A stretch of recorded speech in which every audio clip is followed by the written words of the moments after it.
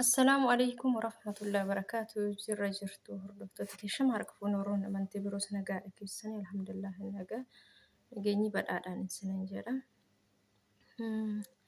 جركا بوري منا كنا فارات شير لايك سبسكرايب وشون ججبيسان سنين جرا. هكاس ملمي هرا ونين قبل لي سنين دفي وان قرانا منياتو. Maaliif waanuma hunduma keenya rakkisaa jiru warra biyya namaa keessa jiru keessayyuu ijoollee mana kontiraataa wanni an qabadhee dhufe rakkoo ijoollee mana kontiraataati. Maaliif abbaa rabbi laaffisee fi mana gaarii geesse malee kun akkuma jirutti jira jechuudha. Waan namni irraa quban qabne wallaahi nama rakkoo isaanii furmaata itti laatu isaaniif laatu dhabanii karakkataa jiran meeqatamtu jira. Wallaahi gama tiktokii kiyyaatiin ijoollee baay'eedha yaada isaanii kan naa barreessanii jiran. Garuu tokko isaaniiti gara garatti viidiyoo hojjedhee deebisuu fi isaan inni jechuun waan ittiin toliin bakkuma tokkotti asittiin viidiyoo isin hojjedha jedheeti maaliif tiktokii yaada nama fixachiisu. Ijoollee baay'eedha amma yaada garagaraa naa barreessanii jiranii rakkoo garagaraa keessa kan jiranii manuma hundaayyuu waanuma garagaraatu jira wallaahi. Isa tokkoffaa isin takka maal jettee naa barreessite mindaa 700 naa kafalanii isarraayyuu nyaatan qabu nyaata naa kennaa jedhu damooza keetiin bitadhu naan jedhanii jettee milaalaa kana. Isheen lammaffaa immoo na jala awwaachuu didde jettee diraama 100 narraa murtee wallaahi lazim waan dhugaanaaf barraa'edha. Isheen takka immoo wayaan harkatti gubatee uffanni harka gubatee jennaan diraama 500 narraa murtee jettee wallaahi ilaalaa kaa bakka waan garagaraati waa hedduutu naa barraa'e. Adada jiini ga'uuni sababa wayii barbaaddeetiniin damooza kiyya narraa murtii kan jedhan jechuudha. Maaliif jennaan amma sababni kun maaliif ta'e isaan abbaa rabbi laaffise abbaa rabbiin sodaa isaanii kenne malee nama rabbiin sodaa isaanii kenne malee keessaayyuu ijoolleen mana kontiraataa ijoollee keenya keessaa ijoollee lammii Itoophiyaa kun baay'ee miidhamu lammii kaan caalaa baay'ee miidhamu lammii kaan caalaa baay'ee mirgi isaanii dhiibamu baay'ee tuffataman. Maaliif jennaan kun kan ta'e sababa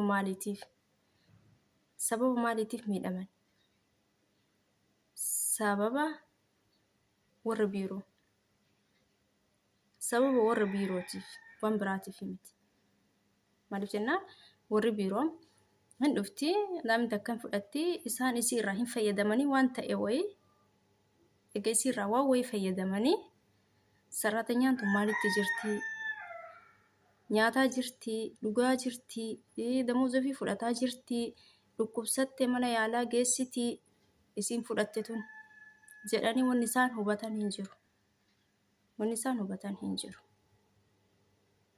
Maaliif jennaan amma fakkeenyaaf warra biirootitti jechuudhaan yeroo jalqaba biiroo dhufe san namni kamiyyuu biiroorraan dhufaa yeroo jalqabaa warri achi booda badanii ala hojjetanis warri bootaan ta'ee fi achi hojjetaniyyuu marti isaaniitu kan biiroorraan hin dhufne jiru kun dallaalaanis akkuma ta'ee as dhufa namni yeroo jalqaba biiroorraan dhufu isheen rakkoo himattee yoo fidaniitiin biiroo gaafa geessanii jedhan warri dallaala warri biiroo keessaa turni maal gooti hin dhayan harkuma fuudhanii harkuma kaasanii dhayan isheedhuma tana afotti jechuudha.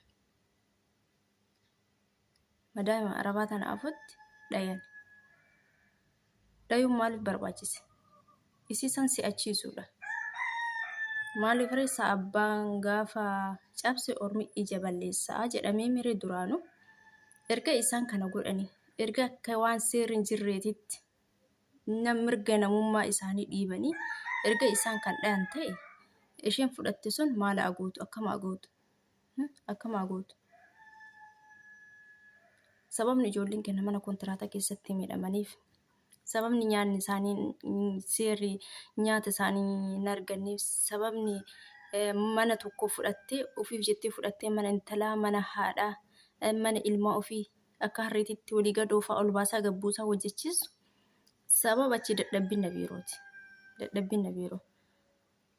Biiroon teenya sareedha dhugaa rabbii saree maaliif jennaan erga birrii fayyada birrii ilaalan malee isaan lammiin keenya kun hin miidhama namni keenya kun hin miidhama miskiinni tun hin miidhamte haadha abbaa ofii gargaaruu dhufte bootaan kun hin taaneef jedhanii wanni isaan isiif yaadan takka hin jirtu haga xurii qeensaa tana hin yaadan isaan erga ofii gara ofiitti fayyadamanii bakka isin akka fiite haa taatu wanni isaan irraa beekan hin jiru osoo dawwalattee waan rakkoo akkanaa keessa jira jetteeyyuu warra biiroo sanittu himatte carraayyuu argatte itti himatte iyyuu fuula keessa ijaa sarrabsan ati seeraan hin hojjettu dura yoo birraa biyyaa baatan hin hojjettanii oduu ati hojjette akkana sin gootu hin jedhanii simatu waa balleesse akkana si gooti jedhanii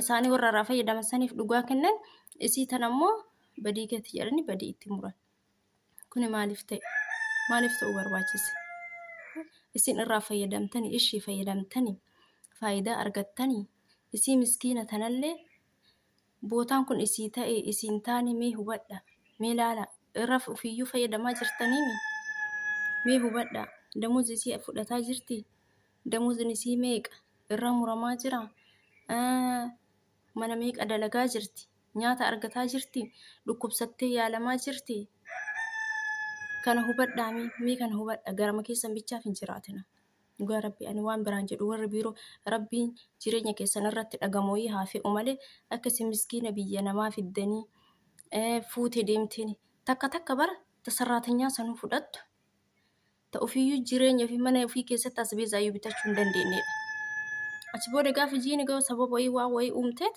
damuuzi si qixxeetti irraa gamuurti isin galee yoo kennitaniif ijoollee tanamii yommuu fudhatee iyyuu namnummaa fudhattu sun isiinuutu akkamiiti damuuza isii kafaluu fi dandeessi nyaata isii seeraan kennitiifi jedhaati kana qoradhaamee dur kana beekaatii irraa fayyadamaatii kennaame sarraati nyaatan gaafa fuutee galteen achi booda yookaan iqaaman hojjechiistuuf gaafa siin yookaan mana jettu siin kanselishin goote gara biyyaa galchiti. Kuni badii eenyutu badii warri biiroo dalagaa jirudha. Ofiif bichaa jedhee warra biiroo qabna jedhee achi keessa taa'edha. Saraatanyaa akka barbaadde haa taatu haa duutu haa maal taatu isaan birrii san fayyadamanii ofirraa geggeessuudhaan isaan barbaadan. Kuni maaliif walirra raawwachuun barbaachise? Maaliif walirra raawwachuun barbaachise? Dhugaa rabbi namni waa sirreessuu danda'u yoo jiraate biyya kana keessatti warri biiroo akka nusirraa barbaanna. Warri biiroo keessa hojjetan akka nusirraa. Dallaalonni hattoonni achi ijoollee fidaatanii asitti ijoollee walirratti guuranii maraachaa jiranis akka nuuf seera jala akka nu oolan yoo namni lammiif waa gochuu danda'u yoo jiraate ta'e biyya kana keessatti. Namni tokko osoo nyaata nyaate akkamitti midhaan saraatanyaa takka fuutee galteeni isiin bara dirqama gochuu qabdu ofirratti beeytee fudhachuu qabdi saraatanyaa tana fudhachuu qofa osoo hin ta'in namnummaan saraatanyaa qaxarateef deemtee qaxarachuun qabdu bara madaamiin maaltu nu isiinuu maal akka taate qorachuu qabdan silaa warri biiroo bara lammii keessaniif osoo yaaddani osoo lammii keessan kabajjani osoo nafseen namaa waagaa hagam qabaa osoo beeytani ishiin tun damuuzi si kennuufi dandeessi nyaata isii akka gaariitti nyaachuu dandeessi yoo dhukkubsatte mana yaalaa geessitee yaalchisuu dandeessi jettanii kan hundi osoo hin qoratin dhufte maaf daalatti mataan taate dhufte maaf abaayaa uffattee dhufteef ijoollee kennan kennina. Nama si damuuza kafaluu danda'u ta'uu qaba. Nama osoo dhukkubsattee isii yaalchisu ta'uu qaba ka gabbaasee shaaritti isii gatu osoo hin ta'in. Mee faayidama keessan qofan laalina ijoollee kenna kan waan isaan keessa jiran hubadhaa. Tokko mataa keessan warri biiroo warri tokko keessan ijoollee kennitan. Isin tokko hundumtuu mee ufubadhaa. Ufumaa keessan ufubadhaa mee wallaahi. Maaliif miskiina hedduutu miidhamaa jira mana kontiraata kana keessatti waa hedduu miidhamaa jiran. Garaa ofiitiin miidhamuu jiran, damuuza ofiitiin miidhamuu jiran, dhukkubsatanii miidhamuu jiran, mana tokkocha dhiisanii mana 4-3 hojjechuu jiran. Kan isaan akka seerri hin jirre tuffii keessaniif kana gochaa jiran. Isin ofii tuffatamaa jirtan amma yeroo kan isintu tuffatame. Kanaan isin jedha obboleeyyan kiyyaa. Viidiyoon kun isinitti tole share like gochuun jajjabeessaa isin jedha. Assalaamu alaykum warahmatullahi wabarakaatuh.